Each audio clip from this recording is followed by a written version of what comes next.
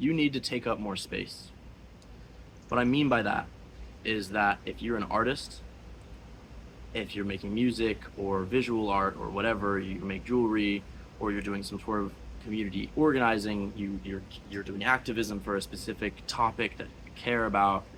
I think that the time for being humble and for constantly, not wanting to come off as cringe or, be you're being very squeamish about talking about this. You go like, oh, yeah. Oh, someone asks you what you do, like, oh, I make music, yeah, whatever. Yeah, like, I'll show you sometime maybe. It's just like, it's just I'm still working on it. It's like, dude, what did you spent like 60 hours on that song? It's like, you know that it reflects to you, right? It's like if you make a piece of art that when you listen to it, you're like, oh my God, this does something for me, then I hate to break it to you, you're not special. I mean, at the end of the day, you're connected to every other person on this planet, and there's gonna be an incredible amount of people that are going to reflect the same way that you do to that piece of art because you're not as different from everyone else as you might think you are. And there's been a lot of conversation right now about the Geese psyop and how Chaotic Good, their talent agency, spent thousands of dollars having bots create this kind of astroturf fake interest in their music. And while I do think that that is not necessarily the best way to go about it, I think that it's part of a much larger conversation about subconscious advertising and also like our obsession with taking the high road all the time. I mean, cigarette companies have been doing this forever. They've been paying actors to smoke Lucky Strikes in their movies so that without having to come out and say that they love the cigarette, just to sort of get people to think about it. And it's like, it's a cigarette. I mean, that's much worse than indie music, which you can just decide or not decide if you like. I mean, sure, it might be annoying, it might be in your face a little bit, but art has always been forced down your throat. I mean, but it's just, I think that we probably wouldn't be having this conversation if it wasn't such kind of like a weird band that was being propped up in that way at its level of being propped up. Like, I don't think that they're the most experimental group out there or anything, but I think that it's important that people have been aware of this weird. I think people feel like the wool has been kind of pulled over their eyes, and I don't think people like that feeling. And that's a good thing because there's a lot of times that wool is being pulled over your eyes. And I guess I just want to. I think that this is an important thing to think about if you're somebody that really believes in the things that you're making, but you're too worried about like you want to take the high road, you want to do things constantly the right way. It's like, all right, go for it, but the people that are pushing gambling and the people that are pushing like whatever, like cigarettes and all these different things, they're not going to take the high road, and they're going to continuously push their thing in whatever means necessary. And it's like, I think in some ways it's kind of our responsibility to push these things out there and to stop being so squeamish about it, to stop being so worried about how you're gonna, there's the Hawthorne effect, this idea that we always are constantly self-editing ourselves and trying to act differently because we know that we could be recorded at any moment, and we're editing all the time. And it's like,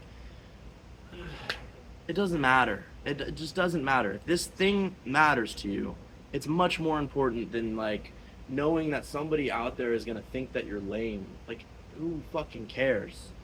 It's like, it's such a small price to pay for showing this thing. I mean, it's like kind of calling your own bluff. It's like, if I really love this art, then I should be willing to kind of shill it a little bit.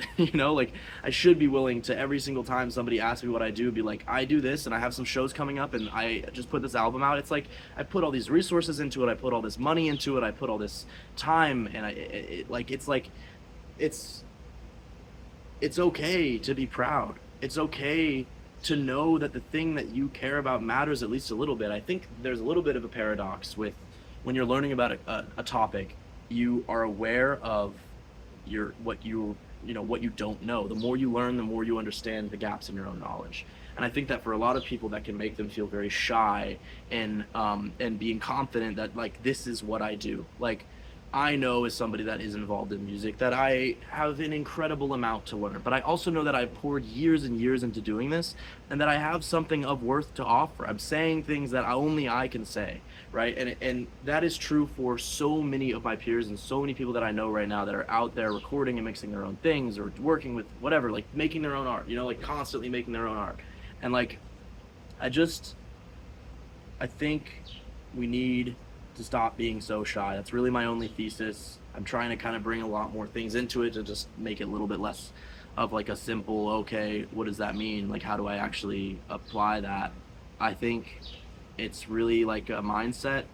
It's a willingness to come off a little bit cringy in that regard. It's a willingness to to ask for things. It's a willingness to ask for the space. It's to reach out and say, hey, can I play a show at your house? To reach out and say, will you do this on my music? I think the song is amazing and it deserves someone to play on it.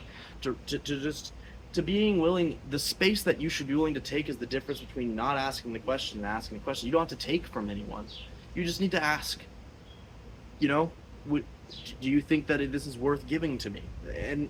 And like, if you're not willing to ask, then it's like, where is it gonna go? Because if you think this thing is amazing, and if it heals you, then it heals people. I've already said, but if it heals you, then it heals people. And like, I don't know if you needed to hear that or whatever. I mean, this is kind of a different format than I'm used to. I don't really post rants like this very much, but I'm kind of just gonna shoot this out there, and I'd love to hear other people's opinions about this. I think a lot of the people that I know are interested right now in promoting themselves as an artist or promoting themselves as an activist or promoting their cause, not necessarily themselves as an activist. But I just think, go out and take the cigarette ad company's attention. Go out there and take the attention away from the person who's sponsored by a gambling company. Go take the attention away from some lunatic right-wing person who's just out there spewing crazy shit, instead of being like, well, the kind of person who talks and takes up space is also the kind of person that has these takes. And it's like, not necessarily. I think that there's definitely more likely going to be an attraction to wanting attention and wanting constant validation from people that are maybe a little bit more like unregulated and maybe don't have a ton to offer a lot of the time. But I don't think that is a correlation that needs to be made between like, you make something. All right, I'm losing the plot. Essentially, stop being so shy. Show me your music. Tell me it's good, because it is. You put a lot of work into it. Somebody's gonna love it, and let me know what you think.